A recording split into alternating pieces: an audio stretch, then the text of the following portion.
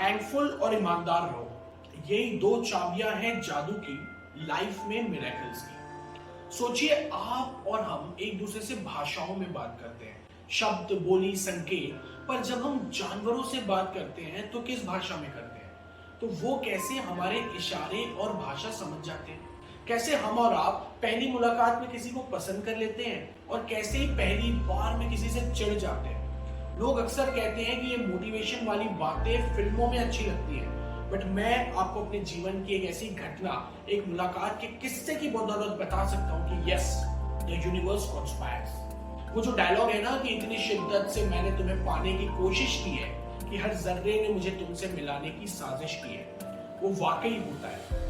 मैं बचपन से ही कविताओं का, कहानियों का बड़ा शौकीन था और टीवी पर उस समय एक कार्यक्रम आता था, वाह वाह क्या बात है, जो मेरे पसंदीदा कवि श्री शैलेश लोढ़ा जी होस्ट कर रहे होते थे। तो उन्हें देखते हुए मैं अक्सर ये सोचता था कि मैं इनसे क्या कभी मिल पाऊंगा, कैसे मिल सकता हूं मैं इनसे। और बड़ी ईमानदारी से ये चाहत पाली थी मैंने कि एक दिन अपने द्रोणाचार्य से मुझे मिलना ही है, क्योंकि मैं उन्हें द्रोणाचार्य की तरह फॉलो करता था एकलव्य बनकर। किसी शो के सिलसिले में वो रायपुर आए और मुझे पता चला, तो जिस होटल में वो रुके थे मैं उसकी लॉबी में जाकर बैठ गया और घंटों इंतजार किया।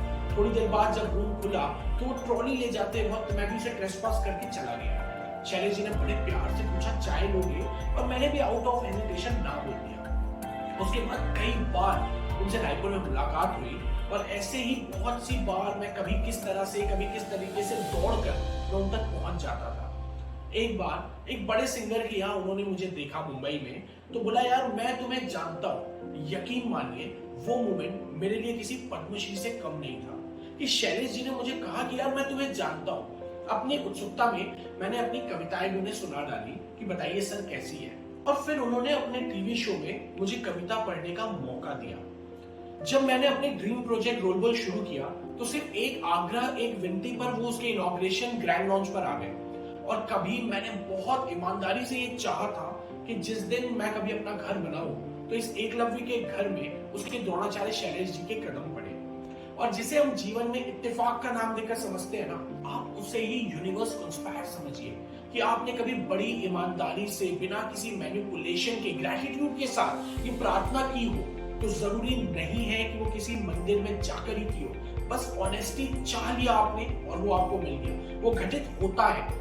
और मैं ये किसी किताब के हवाले से नहीं, अपने जीवन, अपने अनुभव के मार्फत कह रहा हूँ कि जिस दिन मेरे नए घर का गृह प्रवेश था, ठीक एक दिन पहले किसी कार्यक्रम में सम्मिलित होने शैलेश जी रायपुर आए हुए थे, और जो शायद कभी होता कि वो मेरे घर आते, वो तभी हो गया जब उस दिन मेरे घर का गृह प्रवेश होने वाला था। उनके इस बड़प्पन के लिए उनका बहुत बहुत आभार। और मेरे मन में ये सीख और पक्की हो गई कि ईश्वर जानता है तुम्हें क्या देना है, तुमसे बेहतर जानता है। इसलिए लाइफ डिजाइन मत करो, वो ऊपर वाले ने की हुई है। तुम बस ऑनेस्ट रहो अपनी इच्छाओं को लेकर, अपने सपनों को लेकर, और वो जो ऊपर बैठा है वो तुम्हारी ऑनेस्ट प्रार्थना को जरूर सुनेगा।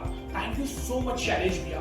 एंड आपका जन्मदिन गया है, तो इस जन्मदिन आपको खूब मान सम्मान, यश, धन, कीर्ति, सुख, शांति, समृद्धि, ऐश्वर्य, वैभव, अपार धन संपदा मिले। आपके सारे सपने ईश्वर इसी जन्म में पूरे करे और आप सदैव स्वस्थ रहें, मस्त रहें, और मुझ जैसे लाखों करोड़ों युवाओं को मोटिवेट करते रहे, इंस्पायर करते रहे, प्रेरित करते रहे। बकेट भर के थैंक्स।